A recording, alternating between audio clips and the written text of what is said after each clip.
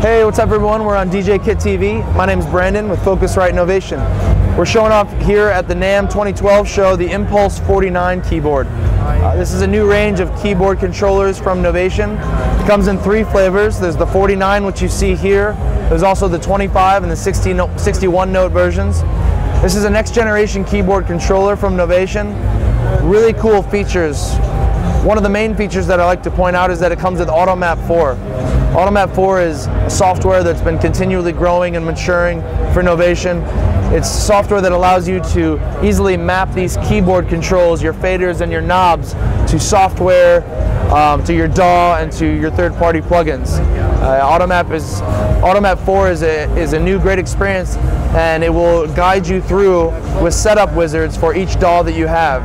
So if you have Pro Tools, it will walk you through step by step how to set it up with Pro Tools, Logic, and so forth. As we dig a little deeper into the Impulse, there's a couple of really cool things that I want to point out.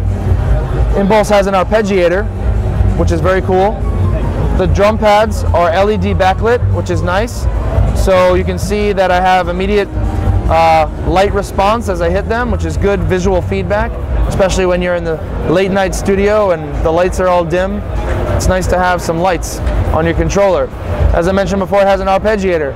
One of the really cool things about the arpeggiator is that when I play a chord, you can see that the drum pads double as an 8-step sequencer. So I can turn pads off and it will skip those, so I can kind of come up with a custom pattern on my own, which is nice. Also next to the arpeggiator is the roll button, which gives you kind of a loop roll button, very similar to MPC style things that you've seen in the past. So this is really cool. The really cool thing I love about this is when you hit roll and arp together, you see this word clip launch in between. What that means is it basically turns these pads into a mini launch pad for when you're using Ableton Live. So if I'm using Ableton Live, I can go into clip launch mode and launch different samples of beats and loops, and I can be playing with those at the same time. So it opens a lot of doors for taking this keyboard on stage and doing more performance style aspects of music making and performing with that. So I really think that's a really cool feature for that. Other things that are really cool, it's got a very nice keybed, it feels solid. It's got a 5x scan rate than all the other keyboards in its class.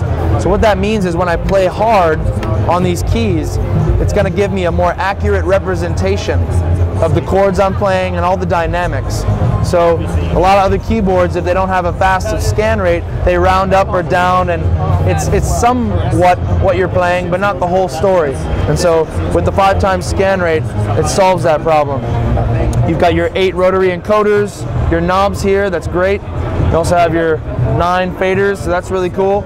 And as you can see, if you go to the screen really quick, right away, Automap 4, one of the beautiful things is it's always hidden, and when I turn a knob, right away, you can see how it pops up, and it will tell me whether that knob is assigned or not. And so that's really cool. So right away, I get visual feedback. I can go to, say I go to the mix window, and I want to control this EQ. You can see that Automap popped up, and it says now it's controlling an EQ. So when I turn this knob, right away, it says what I'm controlling on Automap on the screen, but also on the keyboard's screen itself. So whatever knob I turn, it tells me what I'm doing. It says no control here.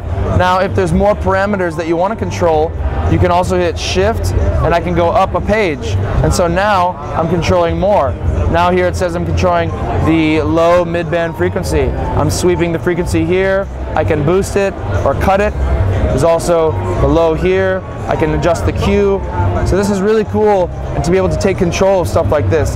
Another really cool aspect is if I don't want to control that plugin anymore and I want to focus a little more on my mix in general, I can hit both of these together, and what it will do is now these knobs step away from the plugin, and now they're controlling pan information.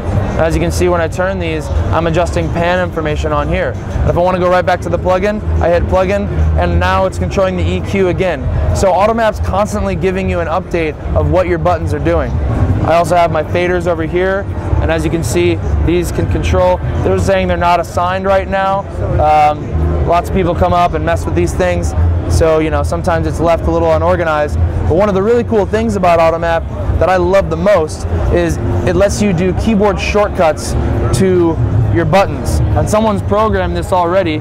So right now, number one is toggling between my mixer window and my arrange window. Really cool.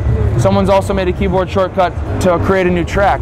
So a lot of these keyboard shortcuts that maybe you have to keep moving your hands to different surfaces can be done really simply by utilizing these buttons and doing your favorite keyboard shortcuts. How about Apple S or Apple Z to undo what you just did? Everyone has their own workflow and the stuff they like to use the most. And so with Automap and this new controller, the sky's the limit. You make it how you want it.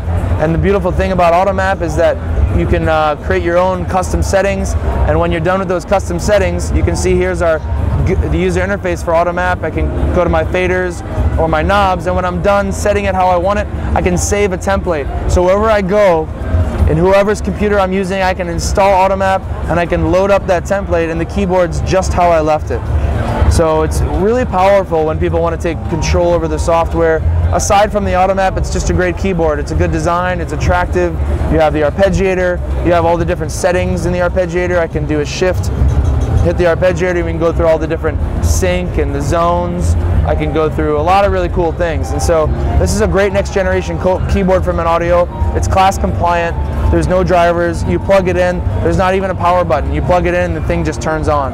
So I'm really excited about it, and a lot of other people are, and so let's tell the world.